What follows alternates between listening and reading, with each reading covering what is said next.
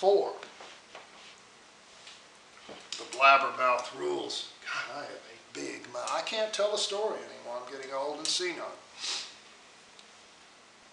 I went back a second time to Werlein's music, and the great Hawaiian bassist Cujo, as he called himself, K-U-J-O, or K-U-J-U. It's a Hawaiian spelling. What do they call those? There's a formal name for the Indian tribes of Hawaii. A lot of those players that come out of high schools in Hawaii today play their college football for Utah. I know that because they upset Alabama in 2008. And a lot of those defensive linemen, Samoans, they whipped Alabama. You whip those Irish, Scottish boys from Bama on the line, you're doing something. I don't care where you're from. And Utah did it in 2000. Those Samoans are tough. And Cujo had not seen me since that one day I walked in and played. And he probably sees 10 to 30 electric guitarists daily in a job like that, in a high-profile store like that. He knew me immediately, and I was like, wow. I tend to be kind of shy, and I do think in that respect, stupid, naive, or just stupid. I couldn't believe it. But he did, and I smiled because I knew, this is going pretty smoothly, So I talked to him again. He plugged me. He wanted me to play it again. That was sweet. Sure. Who am I? Who am I now? I don't come with an album cover, Nor do I really want to. I know that's a stupid thing to say, but I don't. I'm scared of fame and all that. I always was from the time I was a kid. I like doing well at things, but I like subtlety. Well, he plugged me in again. I played for him again. I didn't play as long the second time around, but I told him, I said, I still can't believe you haven't sold that guitar. He said, we haven't had a nibble. And I was like, God, I can't believe that. About a year after that, or 8 months after that, it was announced formally that Werlein's Music was going to close its doors permanently. I couldn't believe, Werlein's is a fixture in New Orleans. It's like jazz in New Orleans. It's a fixture of the city's culture. I was very sad, of course, when I heard this, and shocked. Then it occurred to me to go see Cujo one more time and see this guitar that I so very much am smitten with, like a girl, like a wife that you might marry, like an El Maya guitar that could get you to leave your oboe behind and try to play the guitar. I have failed, but I've tried. This guitar, still sitting in that corner slot where it was. Only reason by it, after 2 years, that this mama, this gold, had not sold was because it was left-handed. But even that normally, in a city like New Orleans, that normally would not, it normally would have been gone. I just consider it miraculous. For me, I was out of my head at this point. I've heard in reading Eric's books, he uses the expression, over the moon. I was over the moon. I couldn't believe it. And I happened to have a little money this time. And I said, I understand you guys are going to close down the shop. And he said, yeah. He said, I'm going to go back home to Hawaii. And I was like, God. Because I had talked to Cujo. I just thought of this as I'm speaking. We had talked about getting a band, maybe trying. He had made me know, he let me know in a nice way that he liked the way I played.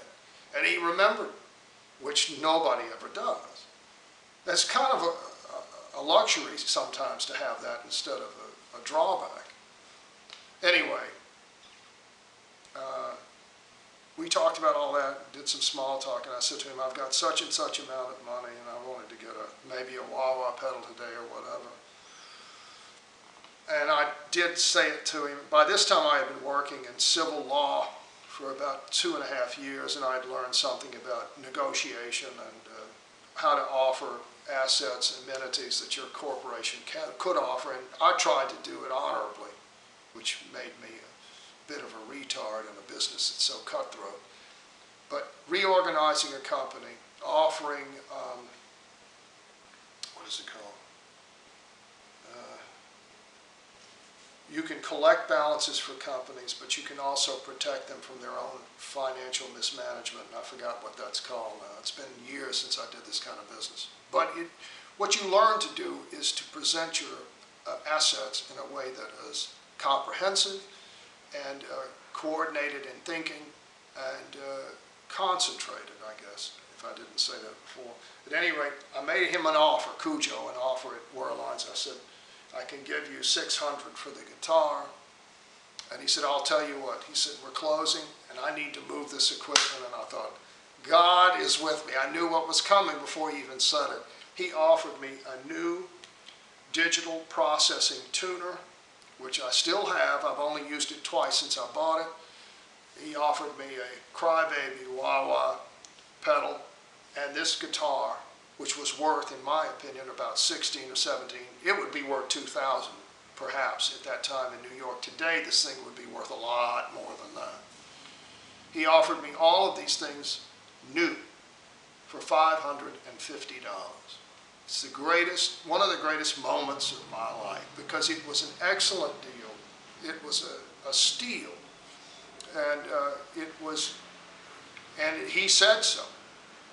In no uncertain terms, he said, I'm offering this to you because I know you can play. And I don't really believe that, but it still felt so good that I couldn't help but weep. And I'm not emotional. I'm not an emotional person. That's how I got this guitar.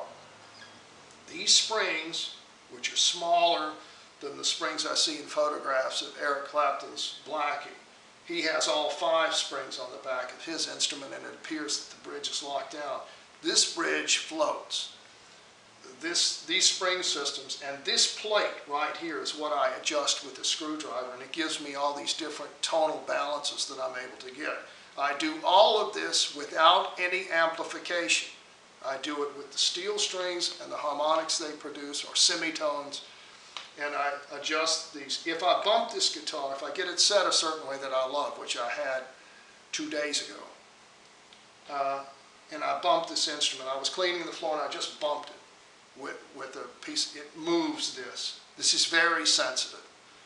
And this is the floating bridge mechanism here that you can see the back of. These are the springs that hold it in place. These are 3. They're not as large in circumference as the springs that Eric has on the back of Blackie. And he has all 5 of his, so it's much stronger, I would assume. But this is a floating bridge, so you don't want too much resistance. But this plate mechanism, you can see I have it slightly angled here, is where I get endless varieties of string balances. And what am I talking about? I'm talking about the way the string sounds.